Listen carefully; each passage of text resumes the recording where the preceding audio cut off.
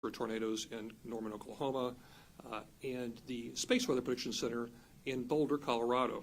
But perhaps the most well-known for those of you in the media is our National Hurricane Center, which is in Miami, Florida. And I would like to acknowledge that we do have the new director with us today, Dr. Mike Brennan.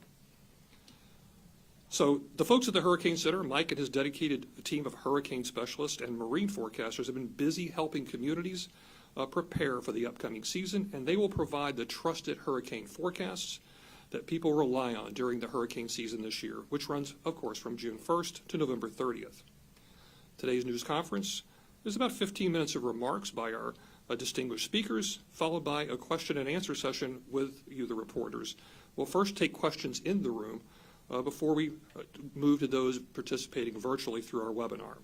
So today's speakers are U.S. Department of Commerce Deputy Secretary Don Graves, NOAA Administrator Dr. Rick Spinrad, and FEMA Administrator Deanne Criswell.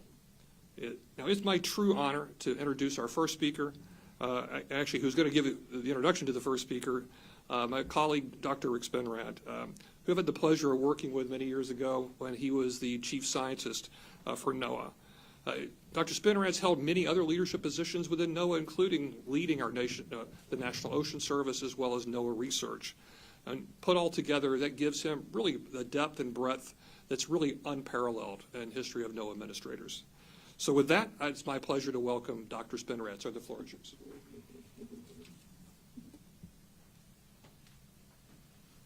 Thank you, Mike. And it is my pleasure to welcome Deputy Secretary Don Graves here today. Deputy Secretary Graves has been a very strong supporter of both NOAA's mission and our workforce, and in fact has really been an integral champion within the Department of Commerce to make sure that the work we're doing at NOAA is closely coordinated with all of the equities and entities within the department, especially in the context of our work towards developing a climate-ready nation to ensure that the public and communities and industry have the kind of reliable, actionable, and accessible information needed to make decisions related to weather and climate events. And with that, we're very glad to have Deputy Secretary Graves here today, and I will turn the mic over to you, sir. Thank you.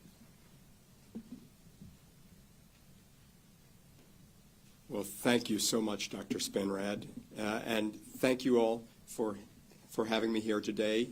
Welcome to everyone who's participating in this press conference. Welcome to NOAA's National Center for Weather and Climate Prediction. At the Commerce Department, we're fully committed to NOAA's mission to study, forecast, and issue watches, warnings, and other decision support for tropical systems in our ocean basins. Here and in offices across the country, tireless work is being undertaken to forecast major storm systems, from the pilots who fly our hurricane hunters that collect the weather data that scientists use that track the patterns of severe weather events, to the scientists who use that data to make better predictions. It's no mistake that NOAA and the National Weather Service find their home in the Commerce Department. Hurricanes and the destruction they cause can have devastating impacts to affected communities and to local economies. We know that recent hurricane seasons have been particularly busy, with 3 back-to-back La Nina events, which only increase the threat of hurricanes. Last year alone, we saw 14 named storms accumulate, 3 of them hurricanes that hit the United States, causing a collective $117 billion in damages when adjusted for inflation. The World Meteorological Organization retired the storm names of Fiona and Ian, and those destructive storms made landfall in Puerto Rico and Southwest Florida, respectively, and caused billions of dollars of damage. The increasing impacts and risks to U.S. communities from these destructive storms make the work of NOAA and its partners in government, the private sector, and NGOs all the more essential. It's critical that this work goes a long way to better prepare the United States for storms and effectively addresses environmental, economic, and humanitarian impacts to help communities recover from these events. To broaden the impact of NOAA's work, we have to make continuous investments focused on innovation aimed at supporting NOAA's ability to make accurate weather forecasts through implementing more powerful supercomputers, developing upgraded forecast models, extending NOAA's decision support services to local officials who are responsible for public safety, employing better satellite observations, including state-of-the-art GOES and polar orbiting satellites, and expanding community outreach to equip every community in the country with the information that they need to appropriately prepare and respond to potential hurricanes. These investments are critical because preparedness protects property, informs communities, and saves lives.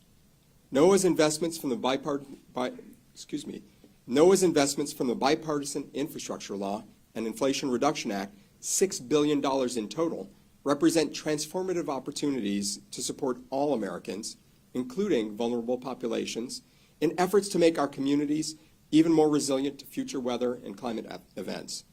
Just last month, the Department of Commerce and NOAA announced $562 million in recommended funding for projects across the country to help make coastal communities more resilient to climate impacts through the Climate Ready Coasts Initiative. These investments are a key part of NOAA's efforts to build a climate-ready nation, where our country's prosperity, health, and safety benefit from understanding climate change and taking action at all levels to reduce climate impacts. As we continue to make advances in understanding and forecasting hurricanes and extreme weather, our scientists strive to learn from every storm and apply that knowledge to future storm analysis. As a result, NOAA's hurricane predictions are more accurate than they've ever been, based on advancements with our new hurricane model. Reanalysis of forecasts for storms from 2020 to 2022 has shown that today the accuracy of our forecast track has improved by 40% since 2017, and the accuracy of our forecast intensity has improved by 46%. Since 2017, we've also improved the lead time for hurricane forecasts by 2 days, and the 7-day track forecast now has the same accuracy as the 5-day track forecast. The lead time of our storm surge forecast has also grown. Our 3-day advanced storm surge forecast today has the same accuracy as the previous 2-day forecast. These additional days of preparedness can make all the difference in places like Florida, Puerto Rico, and other parts of the country in mitigating the destruction and saving countless lives. These improvements not only make our country safer and more informed about hurricanes and their impact, but they also speak to the importance of the work being accomplished each and every day by the dedicated individuals at NOAA. As hurricane season approaches, the overarching message today is clear. NOAA and FEMA are prepared for the upcoming season. Now it's time for communities to prepare as well. It's absolutely crucial that all Americans living in the potential paths of these storms, even well inland of the coast, follow NOAA's guidance for preparation and determine your risk, develop an evacuation plan, and assemble the disaster supplies that you may need if a severe storm strikes. Please stay informed and be ready to heed warnings from NOAA's National Weather Service and your local emergency managers. NOAA, the Department of Commerce, along with our federal partners like FEMA, stand ready to serve the nation before, during, and after each storm, and ensure that communities have the resources they need to overcome the threat that hurricanes pose. Thank you for joining us today. Thank you to NOAA and FEMA for their continued service to make this country a safer place. I'm sorry I won't be able to stay for the rest of today's event, but with that, I am pleased to turn it back over to Dr. Spinrad. Thank you. Thank you, Deputy Secretary Graves, and good morning to everyone. So, welcome to the NOAA 2023 Atlantic Hurricane Season Outlook. Let me start by saying that whether you're joining us in person or remotely, we really appreciate your attention to this very important announcement. I want to extend my gratitude to my friend, Dr. Mike Farah, for hosting us, along with the many scientists, technologists, technicians who work around the clock in this building and elsewhere to provide weather, water, and climate forecasts and projections to keep the nation safe and informed. I want to take a moment to recognize also that although we're here today to announce NOAA's 2023 Hurricane Outlook, I do want to acknowledge the people of Guam, CNMI, Rota, Tinian, Saipan, as they respond and begin to recover from the devastating impacts of Typhoon Mawar.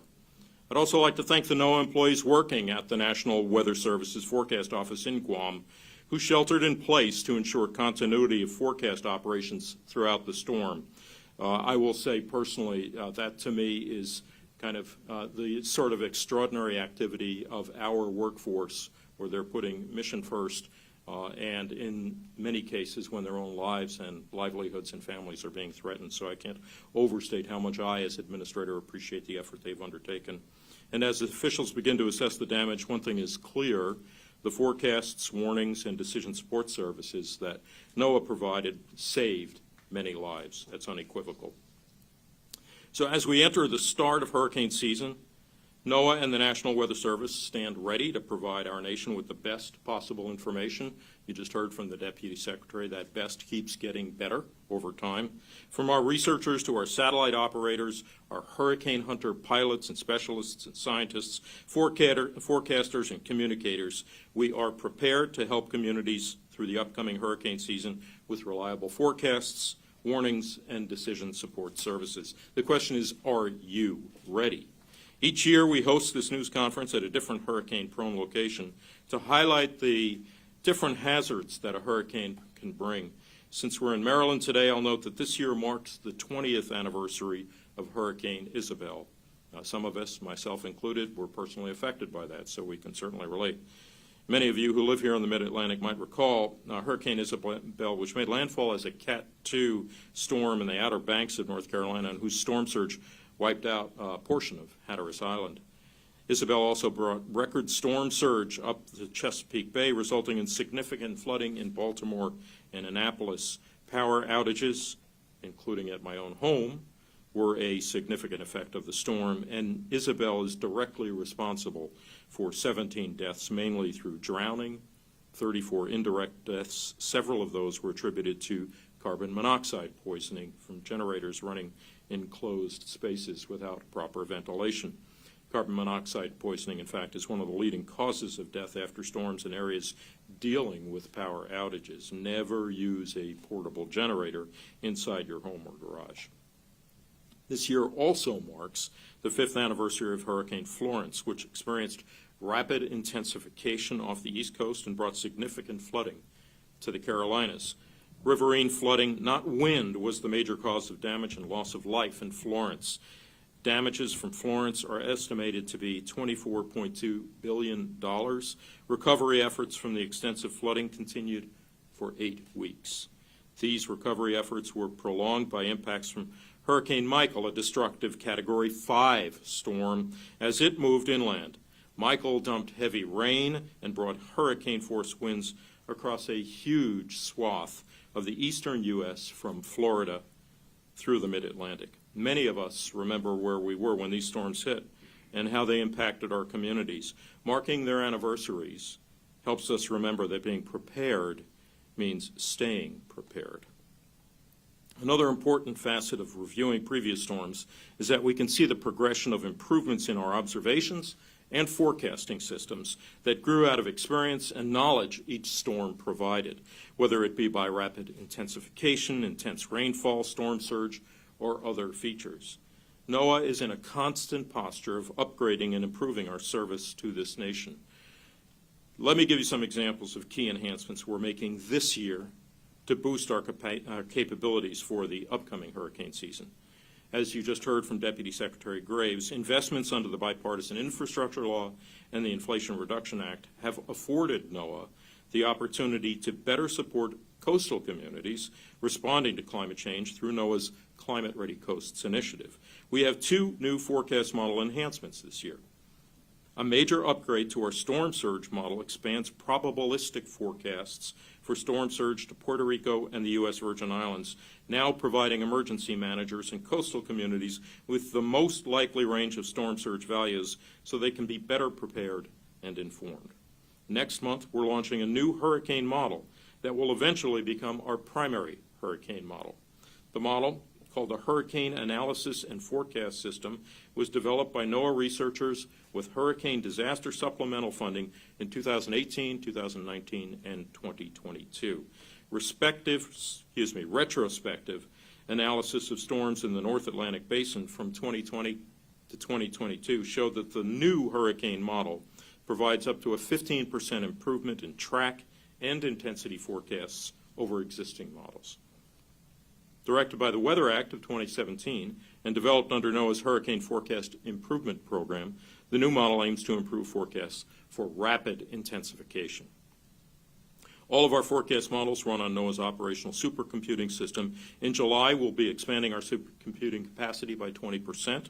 This upgrade will allow us to run more complex forecast models and provide faster and more efficient computing power for operational prediction, research, and development. Once implemented, the system will be able to perform 29 quadrillion calculations per second. The expansion will provide the supercomputing power that's necessary to support forecast model upgrades for years to come. Additional notable product and services upgrades include this year, the National Hurricane Center extended their tropical weather outlooks from 5 days to 7 days. Being able to forecast further out in time helps emergency managers better prepare for the storm. Also, the Weather Prediction Center's excessive rainfall outlook will be operationally expanded out to day 5 this season. Flooding is the deadliest tropical cyclone hazard in the U.S., and these outlooks now provide up to 5 days of lead time on the threat of flash flooding from intense rainfall. This year, we're also continuing to improve our use of various observing tools to better sense the atmosphere within a storm, as well as the ocean state surrounding the system. This includes unmanned drones, sounding balloons, as well as additional sail drones and underwater gliders. Thanks to bipartisan infrastructure law funding, NOAA's National Data Buoy Center will modernize and upgrade the Tropical Atmosphere Ocean, TAO, buoy array. Data from these buoys are fundamental to understanding our knowledge of El Nino and La Nina, as you just heard the DEPSEC allude to, and our ability to better simulate and predict them in climate models. The El Nino and La Nina climate patterns can influence Atlantic hurricane season. These are exciting investments and advancement that will help our agency support communities living in the path of tropical cyclones. This funding and these new capabilities will go a long way in helping us build a climate-ready nation that's more resilient to the threats posed by climate change. So, without further ado, let's dive into this year's Atlantic hurricane season outlook. NOAA is predicting a near-normal 2023 Atlantic hurricane season. Specifically, there is a 40% chance of a near-normal season, a 30% chance of an above-normal season, and a 30% chance of a below-normal season. For the range of storms expected, NOAA calls for the following: 12 to 17 named storms with top winds of at least 39 miles per hour. Of these, 5 to 9 are forecast to become hurricanes with maximum winds of at least 74 miles per hour. This includes 1 to 4 major hurricanes ranking as Category 3 or above and winds of at least 111 miles per hour. Before I close, I'd like to take a moment to remind you now that it's time to prepare. Remember, it only takes one storm to devastate a community.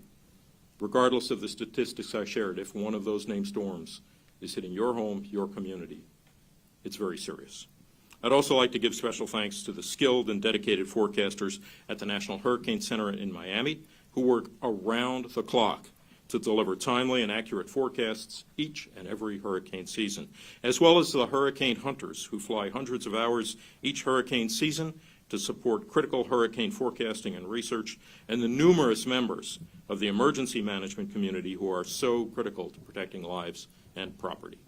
And the experts at the Climate Prediction Center, who develop seasonal outlooks, including the hurricane seasonal outlook, which are used as a tool by decision makers, emergency managers, and the public when preparing for the season ahead.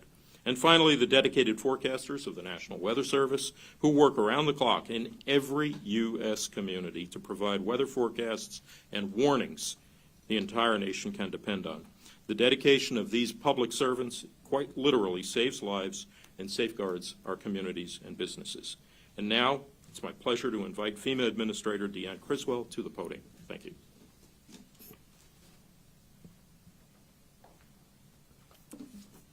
Good morning, everybody. Thank you, Administrator Spinrad, for that incredible briefing on what we're going to be seeing this year, and just for your continued partnership, right? I think as we have heard all of the advances that the Prediction Center has made and how we can better improve our forecasting.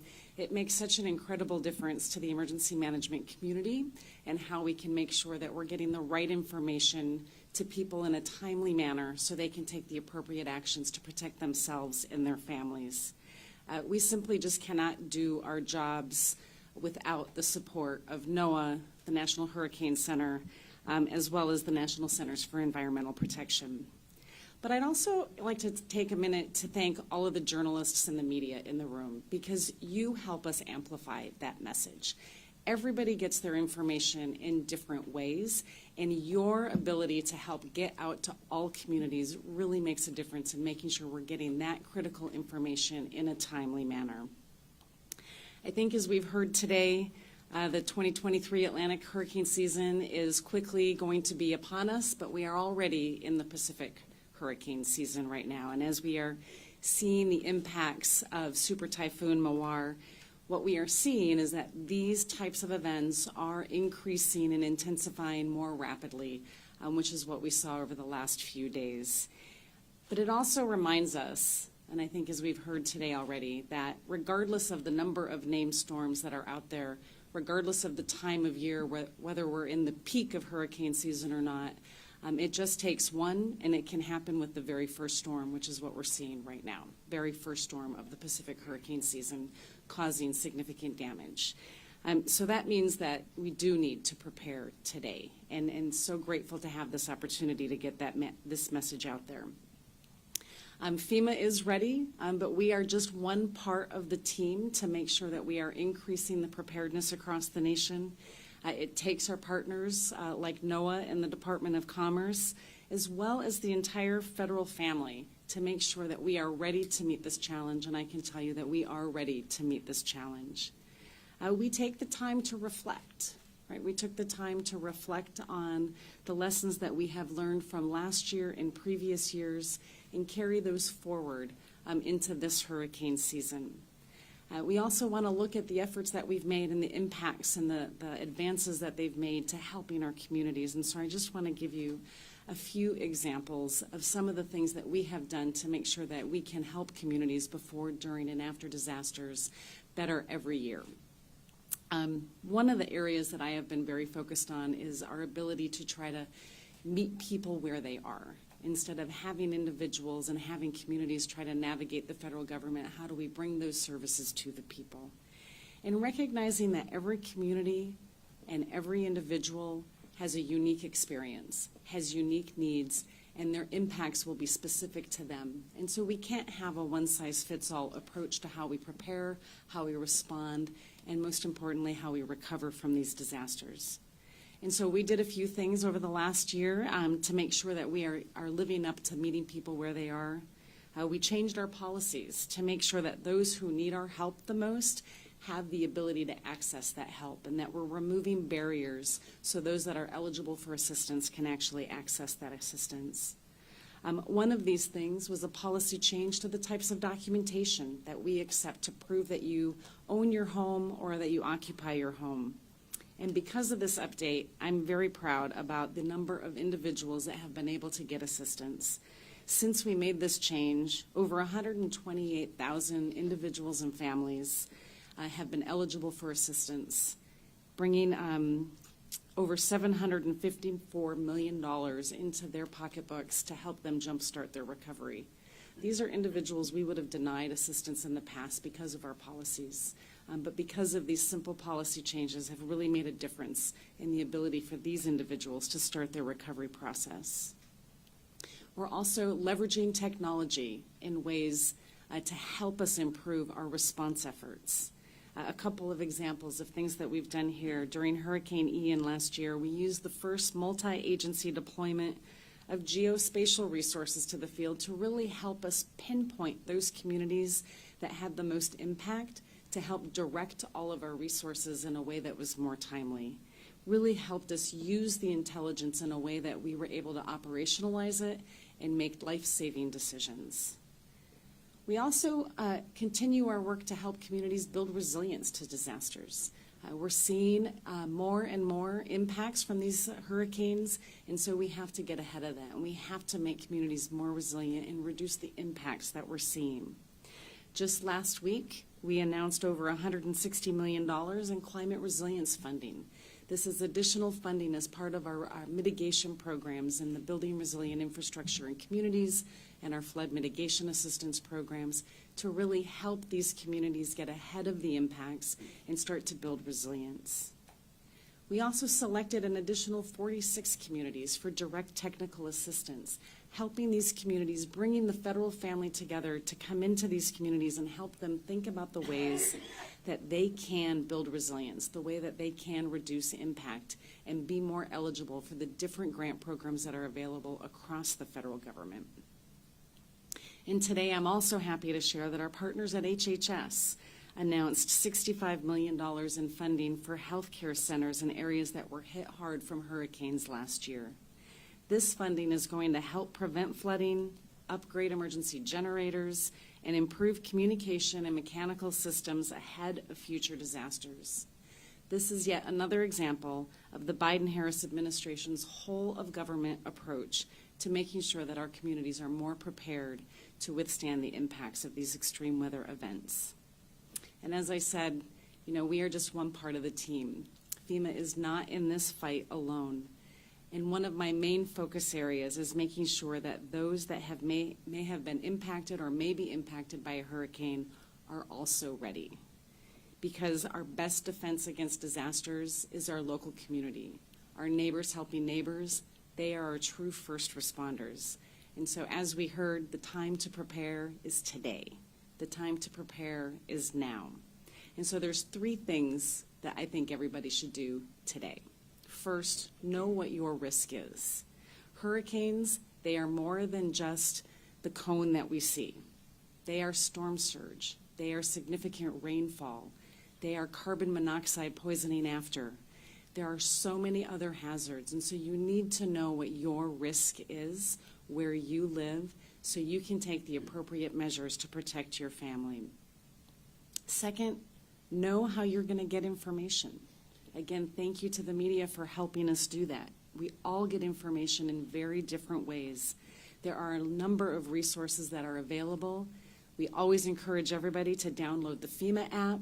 You can also download weather apps from NOAA and the National Weather Service, also in your local community, and sign up for their emergency alerts so you know how you can get information so you can take immediate action when needed. And then third, make an emergency plan. Do you know where your evacuation zone is? Do you know which evacuation zone you're in? Do you know where you're going to go if you're asked to evacuate? Remember that if you are asked to evacuate, moving away from the hazards does not necessarily mean that you have to go another state or 2 away. It could be just 5 miles away from the hazard into an evacuation center until the threat has passed. So take the time today to learn which evacuation zone you're in and what actions you will take if you are asked to evacuate. And as part of your planning process, it's also time to review all of your important documents. Make sure you have them prepared and ready to go with you in case you need to use them. Review your insurance policies and consider flood insurance if you don't have it already.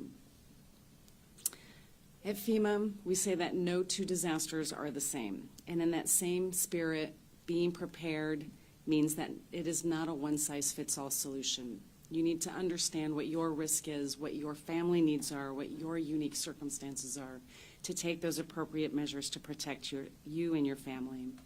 So I implore everybody that is watching at home, listening to this in their car, or reading this in your local newspaper or social media event, learn today what your individual risk is and the actions that you're going to take and plan accordingly. These storms are going to continue to develop faster. They are going to be stronger. They will last longer. FEMA will be ready to support you. If one hits you, are you going to be ready? So with that, I'll turn it back to Dr. Farrar.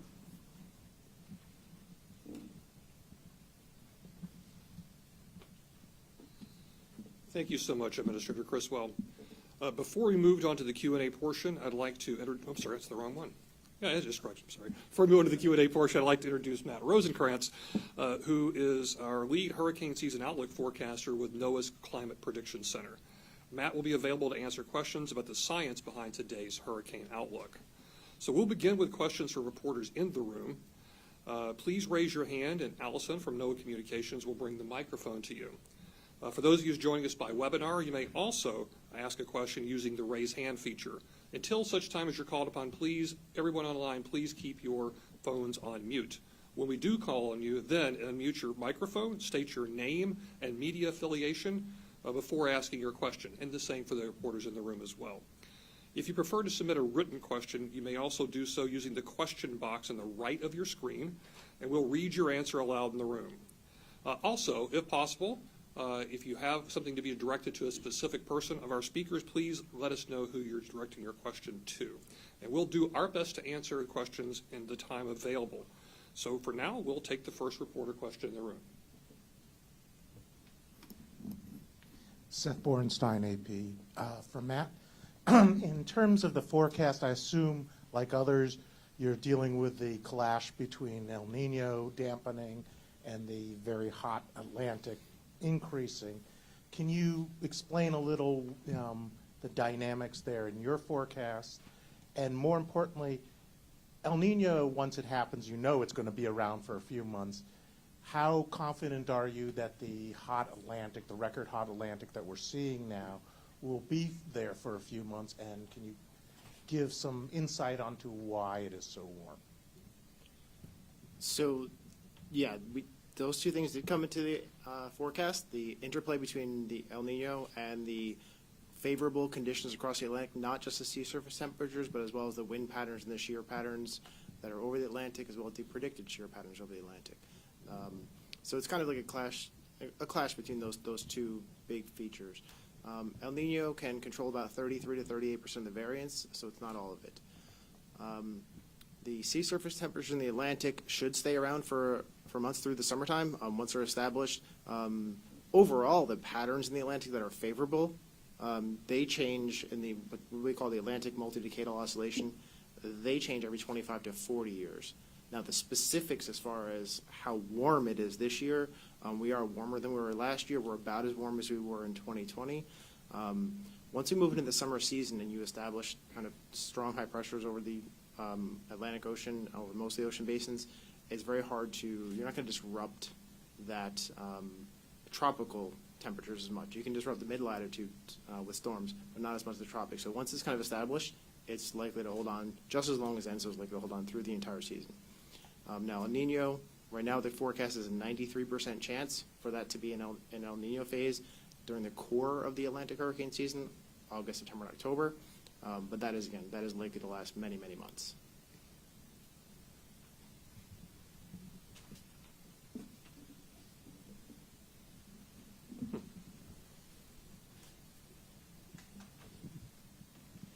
Hi there. Either for Matthew or Dr. Spenrad, or actually I guess any of the three could address this. Chase Kane with NBC, wondering about the sort of abnormally warm ocean temperatures, the impact that can have on rapid intensification. People on the coastline might see, oh, a Category 1, I don't need to evacuate, and then all of a sudden it's Cat 3, 4, 5 storm. How do you communicate that risk as these temperatures get warmer and these storms intensify more quickly? So I'll start and then ask if anybody would like to do it. I mean, we've certainly been communicating this risk through our forecasters at the Hurricane Center. Our hurricane models have also been able to improve the rapid intensification forecasting over the last several years. So we've been able to communicate that earlier than has been possible in the past. And if there's anybody, would you like to add anything else? I want to make sure Administrator Cusco talks about their response, but I want to add a little bit geekier perspective on the intensification, because I think I may be the only card-carrying oceanographer in the room. And I will point out that one of the important things that we're doing at NOAA is looking, obviously, at sea surface temperature, but also it's about total heat content. And so making use of a lot of satellite capabilities and then the new observational capabilities that we alluded to, like gliders, for example, allows us to get better information about how much total energy is in the ocean available to contribute to intensification. So that's part of the improvement that you've seen that then gets reflected in the kind of forecast that Mike just alluded to. It's a great question, and I think one of the things that we have to focus on as we go into this hurricane season is not just the hazard itself, right? Not just the category of the storm, but all of the risks that go with it. And so is it going to intensify more rapidly? What are the other pieces that we're concerned about? You know, the new accuracy or the modeling that we're going to be able to do for storm surge. This part of risk communication is where I think that we need to direct our focus to, and using all of the mediums that we have available. And it's going to be even more important that we start to get those types of messages out sooner across all forms of social media, national and local news, but using the emergency alert apps that people have to be able to get that information, to be able to take action quickly. But you can only take action quickly if you take the steps today to make sure that you're ready to take that action quickly. And so being able to communicate those risks and what those risks are and not just the category is going to be a cultural shift, right? And a mind shift for the people that live in areas that are typically going to say, well, I've lived through a Category 1 and then all of a sudden it's a Category 3, or I've lived through this before, and now we have intense storm surge, and we have increased rainfall that's creating additional hazards that they haven't experienced before. The risks of these storms are different than the risks that they faced 10 years ago. We have to be able to get that message out to people.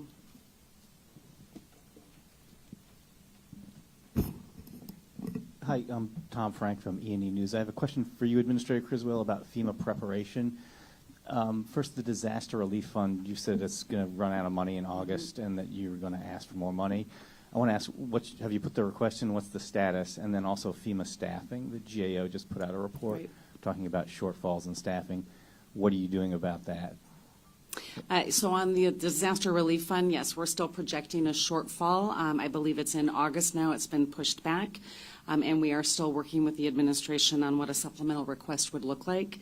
I can tell you that we will always have enough money to be able to respond and make sure that we can support any life-saving efforts that need to happen. But if we do end up with a shortfall, we would see some impacts to the ability to continue ongoing recovery operations. But we continue to work with the administration on that. And as far as staffing in the GAO report, you know, our staffing models in the past have been based on a peak hurricane season type of planning assumption, but we're seeing the threats and the hazards that we're facing that affect us year-round. January 1 through December 31st, we're seeing an increased and a sustained operational tempo. And so we are taking, you know, steps to re-look at what our planning assumptions are, throw on top of that a global pandemic, supporting other emergency events around the areas that don't necessarily get to Stafford Act declarations like the Ohio train derailment, and we have to relook at what that is. But the GAO report also just focuses on our disaster response force. We also have all of our staff that are at headquarters that we can reassign as needed to support our disaster response. We have our surge capacity where we can tap into all of our DHS partners and other federal partners to come in and support different areas. And we did just get great legislation passed by Congress that gives us USERRA protection that's going to really change our ability to recruit the biggest part and the most critical part of our workforce, which is our reservists. And so they now get job protection. And so now we have the ability to recruit very specifically some subject matter experts, but also broaden the pool of individuals that want to be able to support response operations like this, but have a day job. Now they'll have that job protection to be able to go in and support some of our efforts as needed. And so we're using that as a targeted recruiting tool going forward.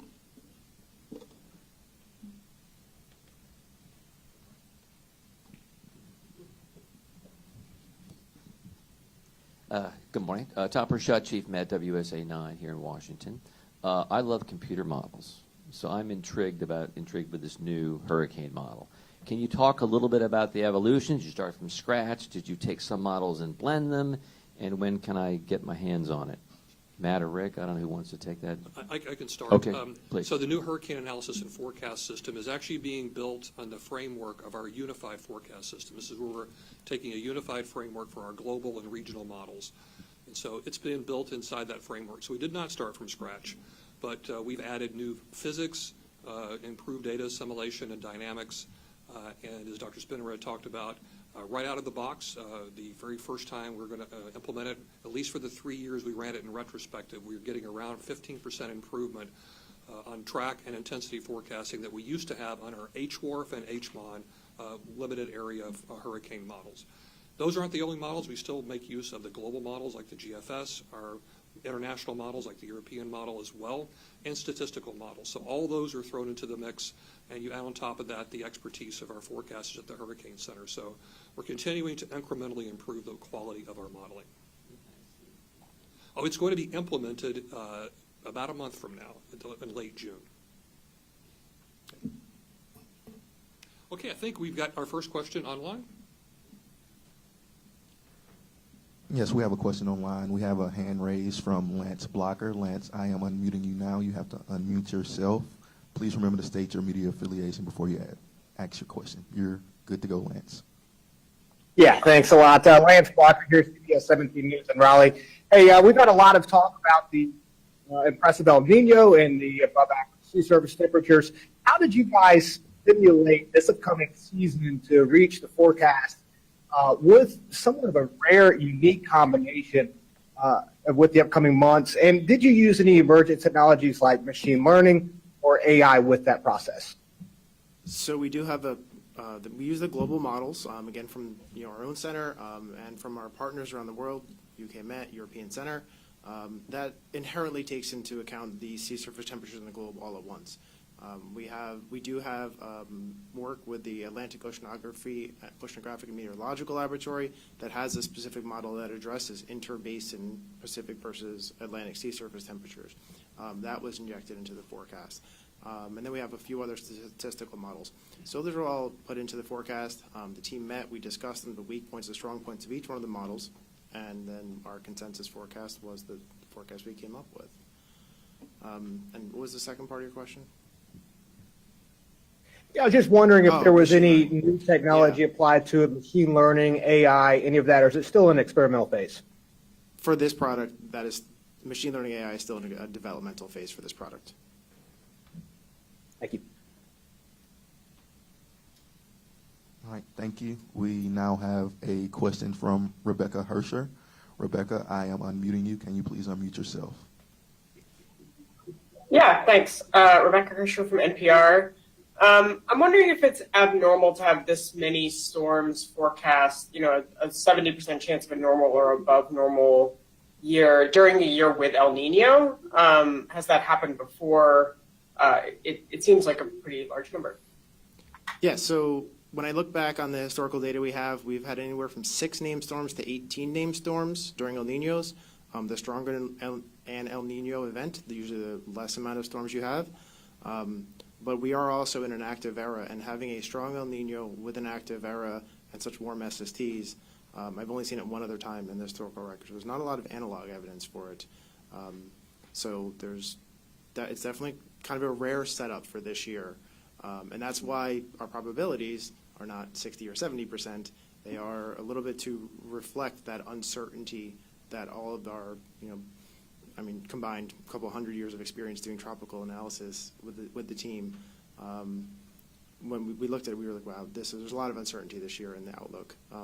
So that's why we have those probabilities and the ranges the way they are. All right, thank you, Kara. Next, we'll have a question from Kara Corte, CBS News. Kara, I'm unmuting you now. If you can unmute yourself as well. Thank you all for doing this. Administrator Criswell touched on this a bit, but can you all speak to how you anticipate increased intensity of these storms due to climate change this year and beyond? And then also, I believe there were storms fairly late in the season last year. Is that a trend we can expect again this year and in the future? Thank you.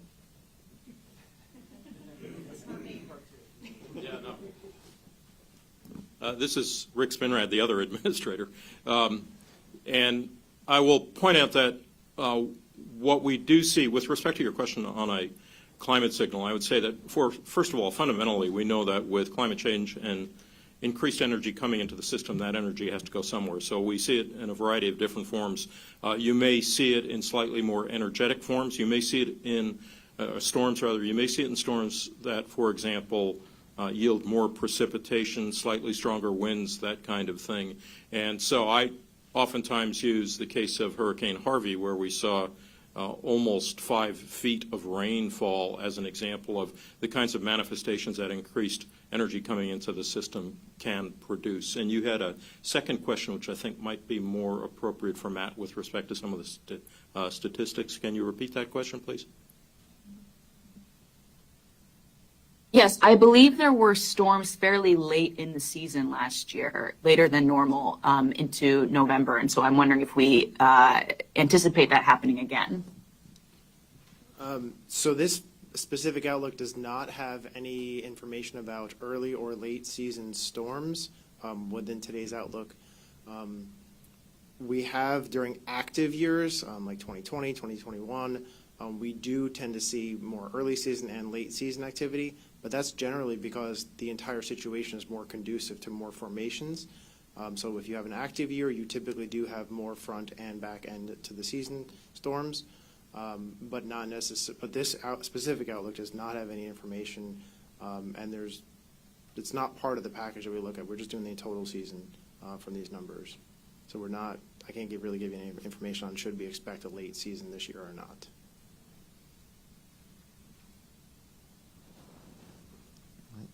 Thank you.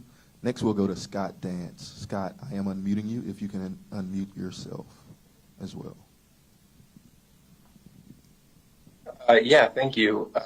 This is Scott Dance with the Washington Post. I was just wondering, is this forecast maybe a sign that global warming and ocean warming in particular could change the way that El Nino behaves in the Atlantic basin in hurricane season, or the effect of it, limit the effect of it in some way? So there's kind of two parts to that answer. There is open areas of research within NOAA and the academic community on the global response to El Nino or La Nina, and what does that look like in future scenarios with a warming planet. And then as far as, so that's an open area of research that still needs to be investigated. And then as far as this year, El Nino versus the sea surface temperature, I said it's a pretty rare condition to have both of these going on at the same time. Favorable conditions in the Atlantic, the El Nino developing. So there's not really a lot of analog for that to look at.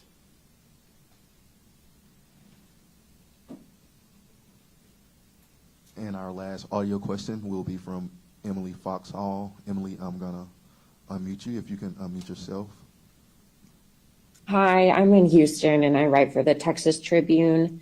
I was wondering, Matt, if you guys looked at this regionally at all and if there's anything in the Gulf that might make things better or worse for us here.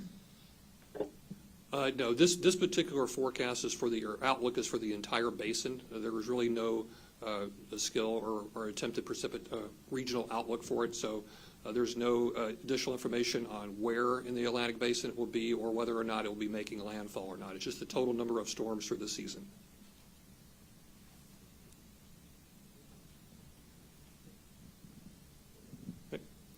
Claire Fiesler with the Post and Courier in Charleston, South Carolina. Can perhaps Administrator Criswell can talk about this. Can you talk about recovery efforts in situations of high-frequency storms making landfall within 2 weeks of each other in the same place? This is something that we've dealt with in South Carolina.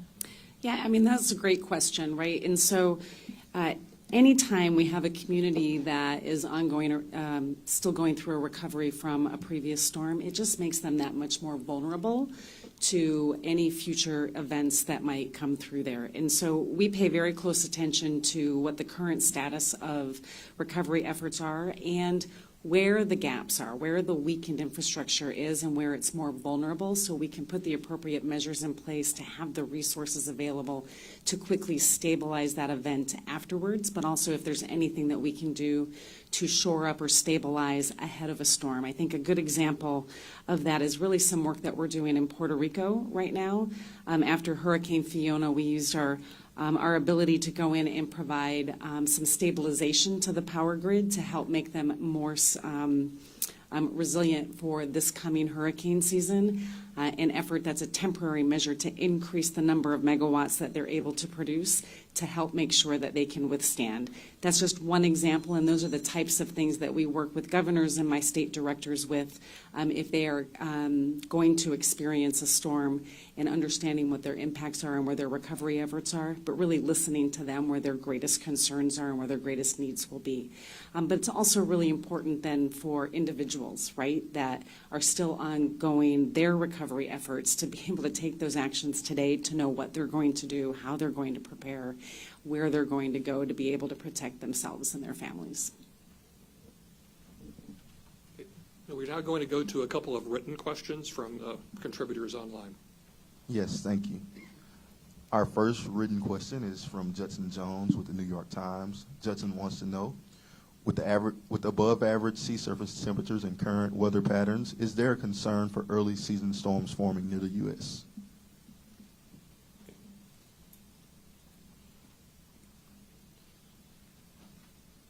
So there is no information in this outlook that would talk about front-loaded early season storms or late season. I do know that I looked at the Hurricane Center website this morning, and they do have a small area of potential in the next 7 days, just off the Carolina coast, but it's only a 10% chance. That's the current Hurricane Center. And you stick with the Hurricane Center, watching them day to day, hour by hour. The forecasters are always there updating their tropical weather outlooks. So that's probably your best source of information for day-to-day information. Thank you, Matthew. We have a question from Holly Parker with WNO. Given the issues of rapid intensification and warmer waters, has that affected how many major hurricanes you forecast for the season in proportion to the total number of hurricanes at all?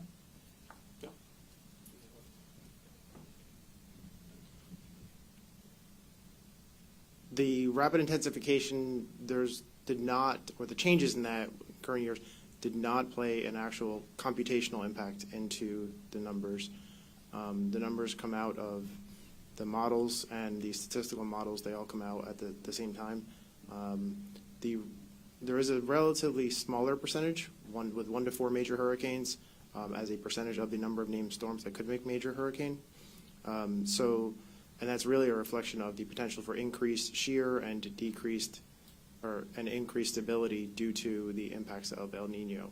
We tend to see more of an impact on the major hurricanes rather than the number of named storms when we look at the statistics between past El Nino events and then obviously this current forecast El Nino event. All right. Thank you. We have one more question, chat question. It's from Matt Brickman from NBC New York. Understanding that having these two conflicting factors is unusual, can you speak to the reasons for the warmer than usual Atlantic sea surface temperatures this season during an El Nino year? No, I don't have the knowledge of the attribution of why the sea surface temperatures in the specific spots in the Atlantic stayed warm this year. I mean, I understand the general physics behind it, but the specifics for this year would be more of a bit of an attribution study that could be done be either by the researchers or even some of my colleagues. Okay, I think we have time for one more question in the room. Allison, would you? Seth Borenstein, AP, maybe for you or Dr. Spenrad or Mike Brennan, since he's somewhere in the room. Back to the new hurricane forecast model.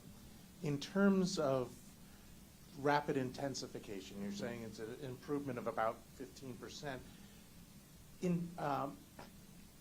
How do you, first off, do you think this is the solution to the long problem you've had with rapid intensification and being caught unaware?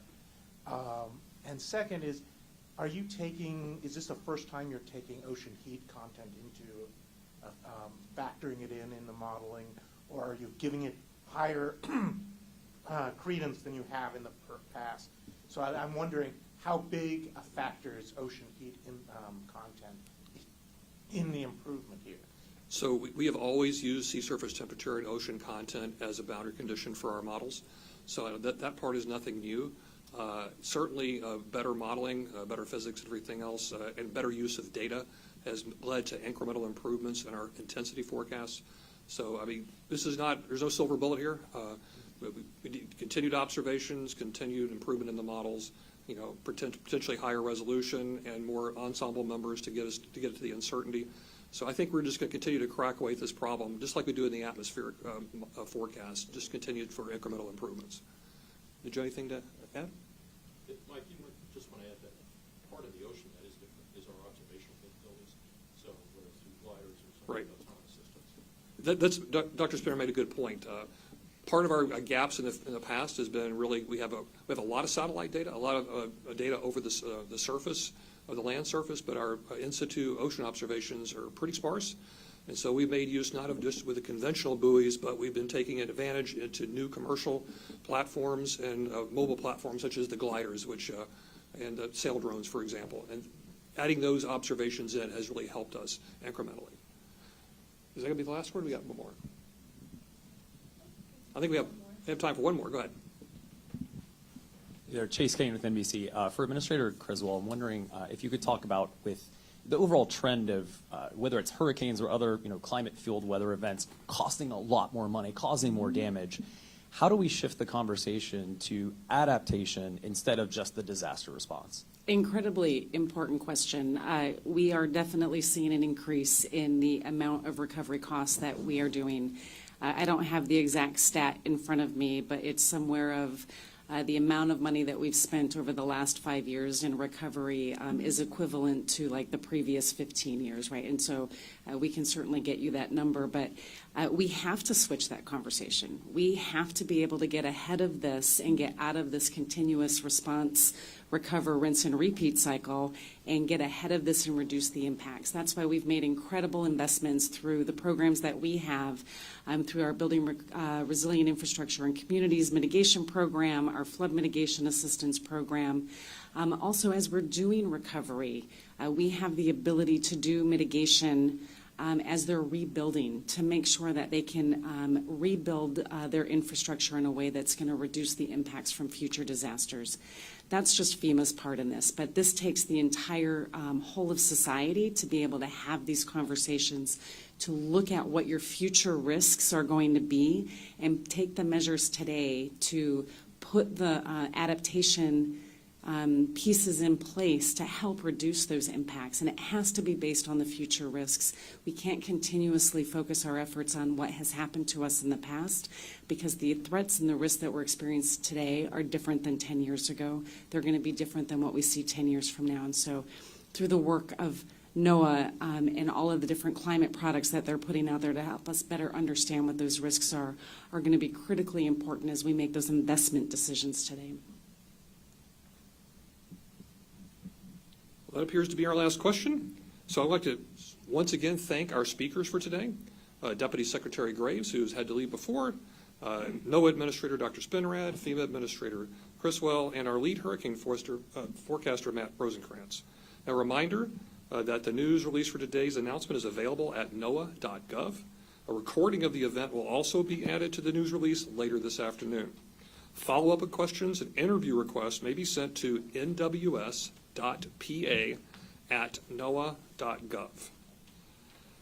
So thank you all for coming. I really appreciate all your wonderful questions and interaction. And that concludes today's press conferences. And thank you for joining us and have a wonderful day.